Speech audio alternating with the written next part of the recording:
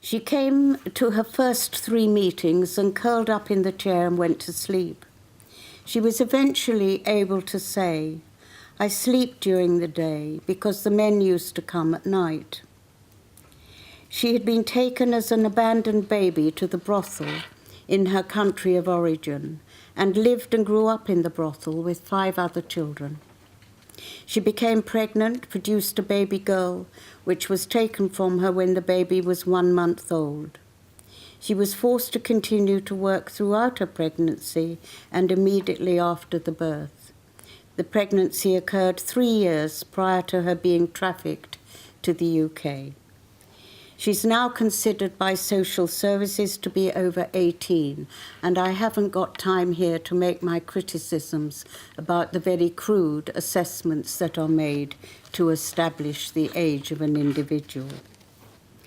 She has no idea how old she is, but however old she is, she has many of the mannerisms and speech of a child, and is only truly relaxed when she's playing with other children in our waiting room.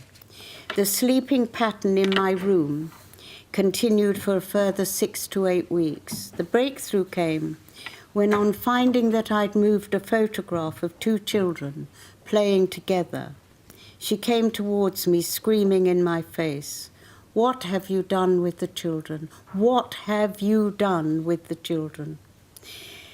It was quite menacing. This was the cue I needed to enter her world of abuse, violence, and betrayal.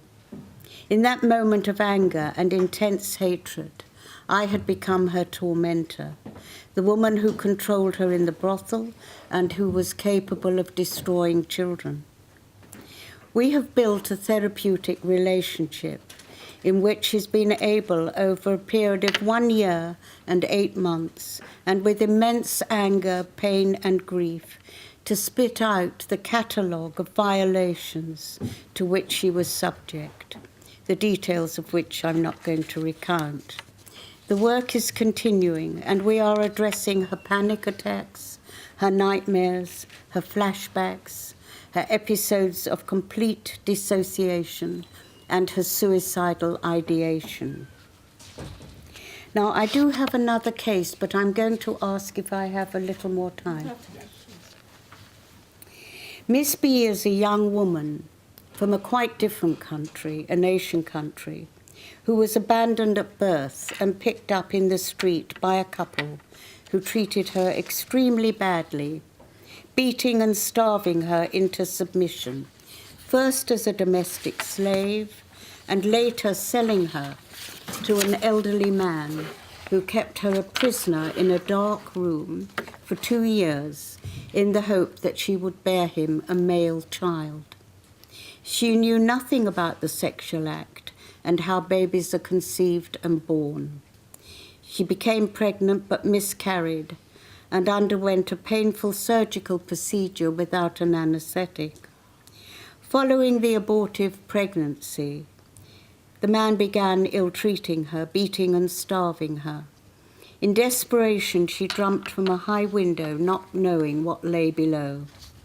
Her room was dark, and she managed to climb up and climb out of this window. She ran for hours with an injured leg from the fall, and while sheltering under a roof, begging for food, was taken in by a woman who was a follower of a secret church. The woman sheltered her for some months, but became worried when it was known that a group of men had beaten up her adopted parents, demanding her whereabouts. The woman helped her to come to the UK with the aid of an agent, and the church raised the money for the agent. On arrival, she did not know what England was. She had no idea of the world and the countries within it. For a long time, she had visions of killing her adopted parents, and her outbursts would be accompanied by shouts and screams and attempts to bang her head on the table. Her body would demonstrate violent and wild movements, as if fighting with her oppressors. Again, we have a young woman whose presentation is that of a child, who believes that during the night she can hear the voices of her adopted parents. Her voice, mannerisms, and bodily expression are those of a child. She has no idea how old she is. All she knows is that a day comes when she can eat cake. She's now devoted to her sessions and to the recognition she gets when she enters the foundation. The work continues, and she's recently been able to grieve appropriately for her lost childhood. Her frequent comment to me is, "I would like to be a baby, being wheeled in a pram by my real mother."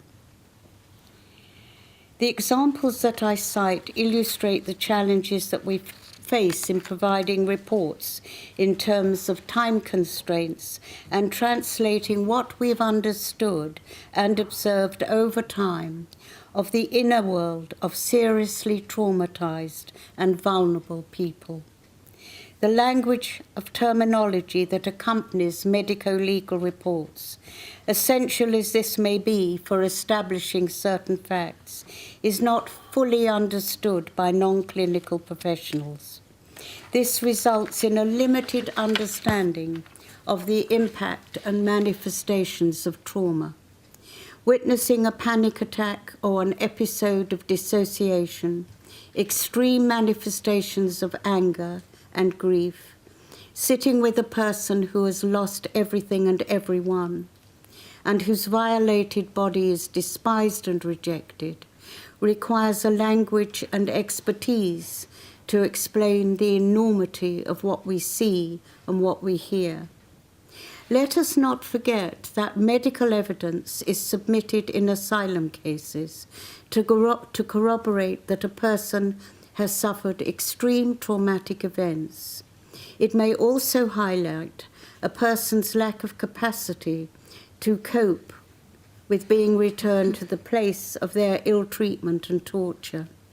The legal test in asylum cases is a reasonable likelihood of risk, less than a balance of probabilities. What I find generally is that the courts and the UK border agency tend to apply a test of beyond reasonable doubt, and that is for us the fundamental, and for our patients, the fundamental problem. I'm deeply concerned that in a climate of cutbacks and deprivations, the situation for asylum seekers can only get worse. They will continue to be scapegoated.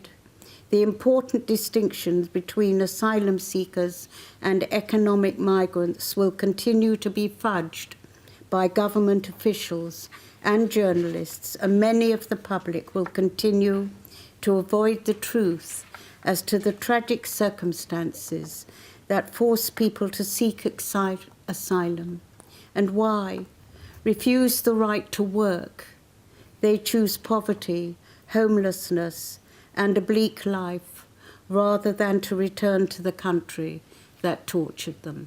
Thank you.